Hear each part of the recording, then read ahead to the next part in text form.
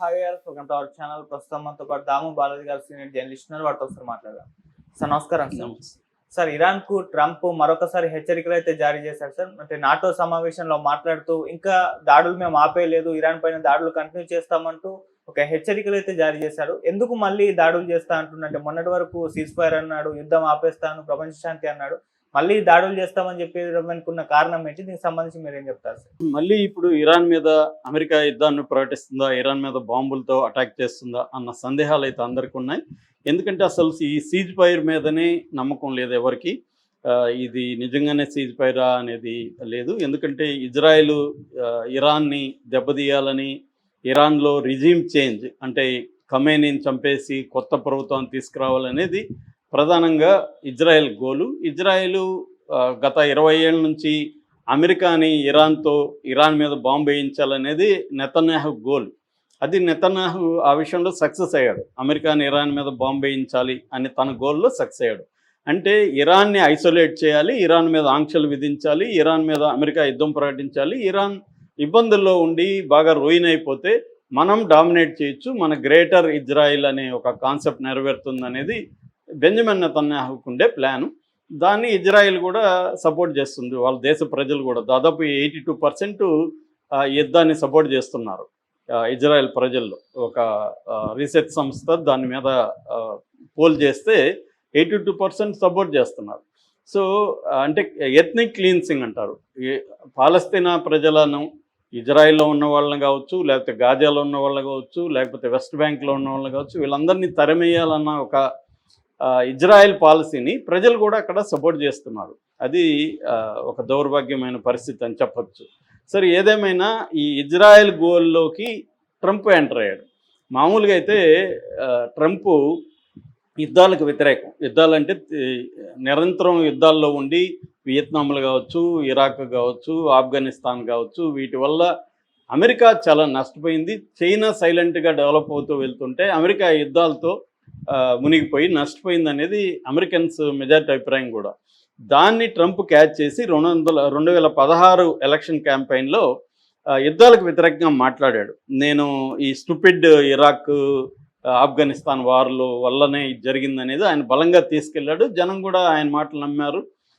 యుద్ధాల వల్ల మనకి అమెరికాకి ఉపయోగం లేదు అనేది జనాలకు కూడా ఉంది. దాన్ని సపోర్ట్ చేసి ఆయన గెలిపించారు. ట్రంప్ గెలిచినాక కూడా ఇప్పటి వరకు, అప్పటి 4 ఏళ్ల పరిపాలన కానీ ఇప్పుడు 6 నెలల వరకు కూడా ఇప్పటి వరకు ఆయన పెద్దగా యుద్ధాల్లోకి వెళ్ళలేదు. ఒక ఐసిస్కి సంబంధించిన లీడరు అబూబకర్ బగ్దాదీని 2019లో చంపించడం, తర్వాత IRGC Iran Islamic revolutionary guard corps commander Qasem సులేమానీని 2020 జనవరిలో చంపించడం, హౌతీల మీద ఒక 45 రోజుల పాటు యుద్ధం జరిగింది. తర్వాత ఒప్పందం కూడా, వాళ్ళకి కూడా శాంతి ఒప్పందం, సీజ్ ఫైర్ అగ్రిమెంట్ జరిగింది. ఈ 3 తప్ప ఇప్పటి వరకు ట్రంప్ ఎక్కడా కూడా యుద్ధాల్లోకి అమెరికాని తీసుకెళ్ళలేదు. సో కానీ ఇప్పుడు సడన్గా ఇజ్రాయెల్ ఇన్ఫ్లుయెన్స్తో, ఎందుకంటే నేను నిన్న కూడా చెప్పాను, ట్రంప్ అల్లుడు జేరెడ్ కుష్నర్ అతను ఇజ్రాయెల్లో పెట్టుబడులు పెట్టున్నాడు. ఇజ్రాయెల్ ప్రధానమంత్రి బెంజమిన్ నెతన్యాహు వెరీ క్లోజు. ఎవరో చెప్తున్నారు వాళ్ళ ఇంటికి వెళ్తే కుష్నర్ తన బెడ్రూమ్ ఇతనికి ఇచ్చి ఇతను వెళ్ళి ఎక్కడో వేరే చోట పడుకుంటాడు, అంత ఇంపార్టెన్స్ ఇస్తారు బెంజమిన్ నెతన్యాహుకు వాళ్ళ ఫ్యామిలీ అని చెప్తున్నారు. మరోపక్క అమెరికాలో ఏపాక్ అని ఉంటుంది, American Israeli public accounts committee అని. అది దాంట్లో ఒక 70,000 మంది ఉంటారు. టాప్ 10 బిలియనీర్స్, జూ బిలియనీర్స్ అంతా కూడా దాంట్లో ఉంటారు. వాళ్ళు ఇన్ఫ్లుయెన్స్ చేస్తారు. అట్లాగే క్రిస్టియన్స్ యునైటెడ్ ఫర్ ఇజ్రాయెల్ అనే ఇంకొక బలమైన లాబీ సంస్థ ఉంది. దాంట్లో 1,00,000 మంది పైన ఉంటారు. వీళ్ళంతా కూడా ఇజ్రాయెల్కి అనుకూలంగా అమెరికన్ పాలసీల్ని ఇంప్లిమెంట్ చేస్తుంటారు. అట్లాగే సౌదీ గ్రూప్ అంటారు. సౌదీ అరేబియా కూడా అమెరికాలో అమెరికన్ మిడిల్ ఈస్ట్ పాలసీని ఇన్ఫ్లుయెన్స్ చేయడానికి ట్రై చేస్తుంటారు. అందుకనే ఎవరో అన్నారు, ఒక మేధావి, అమెరికాకి మిడిల్ ఈస్ట్ పాలసీ అనేది ఏమీ లేదు, ఇజ్రాయెల్ పాలసీనే అమెరికా పాలసీ అన్నాడు.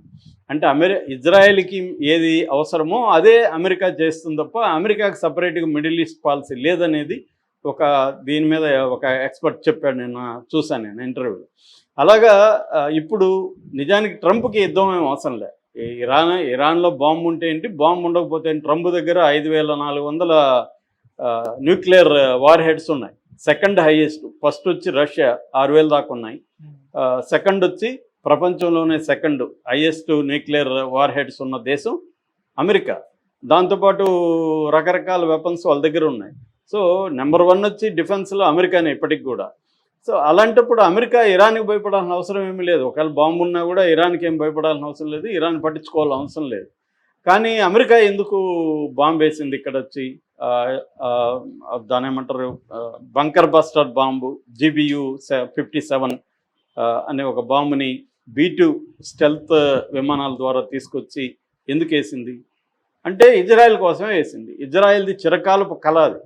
వేసింది, ధ్వంసం చేశానని చెప్పింది. ఫార్దో, నతాంజీ, తర్వాత ఇస్ఫహాన్, ఈ 3 న్యూక్లియర్ సైట్ల మీద వేశాము, కంప్లీట్గా లాస్, ఓబ్లిటరేటెడ్ అని ఆయన అన్నాడు అనమాట.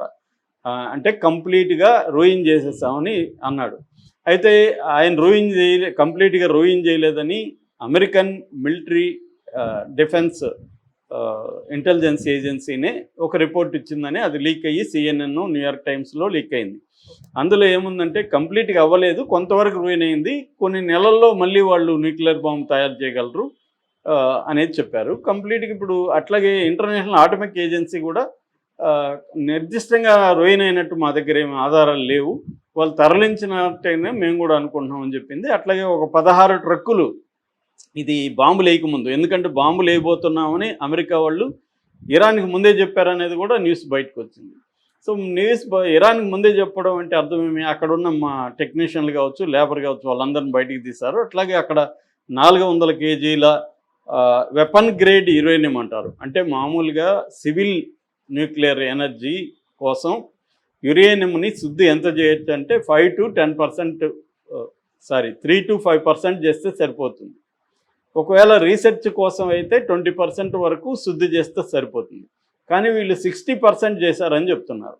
60% ఎందుకు చేశారంటే 60% నుంచి 90%కి వెళ్ళడం ఈజీ అనమాట. 90% ఉంటే న్యూక్లియర్ వెపన్స్ తయారు చేయొచ్చు.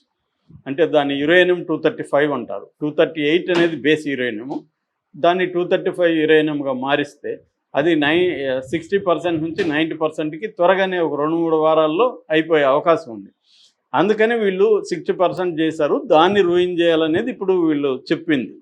సో ఈ 60%ది 400 kgs ఉనింది, దాన్ని వీళ్ళు ముందుగానే తరలించేశారు అక్కడి నుంచి అనేది ఇప్పుడు వార్త వస్తుంది.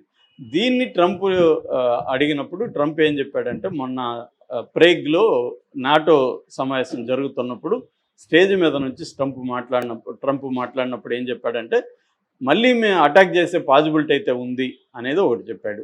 2, వాళ్ళు నెక్స్ట్ వీక్ చర్చలకు వస్తారు, చర్చల్లో సమ్ అగ్రిమెంట్ మీద సైన్ చేయొచ్చు, బట్ ఐ డోంట్ కేర్, అగ్రిమెంట్లు అవసరం లేదు, ఎందుకంటే మేము నాశనం చేసేసాం, వాళ్ళకి సంవత్సరాలు పడుతుంది అని చెప్పాడు. ఇక్కడే ట్రంప్ అంటేనే వైరుధ్యాల పుట్ట. ఒక పక్కేమో నాశనం చేసేసాం సంవత్సరాలు అంటున్నాడు, మరో పక్క మళ్ళీ మొదలు పెడితే మేము దాడి చేస్తున్నాం. మళ్ళీ మొదలు పెట్టలేరని నువ్వే చెప్తున్నావు కదా, సంవత్సరాలు పడుతున్నా అంటున్నావు కదా, అదొకటి. రెండవది 2015లో ఒబామా ఉన్నప్పుడు ఒక P5 దేశాలు అంటారు, P5+ దేశాలు అంటారు. P5 అంటే పర్మనెంట్ కంట్రీస్. దేంట్లో పర్మనెంట్? యునైటెడ్ నేషన్స్ సెక్యూరిటీ కౌన్సిల్లో పర్మనెంట్గా 5 దేశాలు ఉంటాయి. UK, US, China, Russia, France, ఈ 5 దేశాలు పర్మనెంట్ దేశాలు. ఇవి కాకుండా జర్మనీ, యూరోపియన్ యూనియన్, మొత్తం ఈ 7 కూటములతో ఇరాన్ ఒక ఒప్పందం చేసుకున్నది. ఆ ఒప్పందం ఏంటంటే joint comprehension plan of action.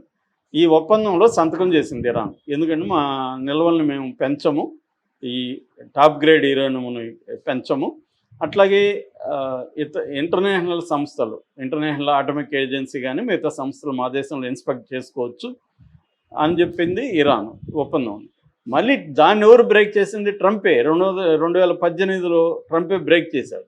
మళ్ళీ మొన్న ఒమన్లో చర్చలు 5 సార్లు చర్చలు అయినాయి, 6వ జూన్ 15 చర్చలు ఉన్నాయి. ఈ లోపల ఇజ్రాయెల్ అటాక్ చేసింది. అంటే వీళ్ళ ఉద్దేశం, వీళ్ళకి న్యూక్లియర్ బాంబు ఉందా లేదా అనేది అనవసరం ఎవరికి? ఇజ్రాయెల్కి. ఇజ్రాయెల్ ఉద్దేశం ఏంటంటే ఇరాన్ని దెబ్బ కొట్టాలి, ఇరాన్ని వీకెన్ చేస్తే మిడిల్ ఈస్ట్లో మనం స్ట్రాంగ్గా ఉండొచ్చు. నిజానికి ఇజ్రాయెల్ దగ్గర న్యూక్లియర్ బాంబులు ఉన్నాయి, దాదాపు 90 వార్ హెడ్స్ ఉన్నాయని చెప్తున్నారు. అమెరికా దగ్గర నేను ఇందాక చెప్పినట్టు 5400 వార్ హెడ్స్ ఉన్నాయి.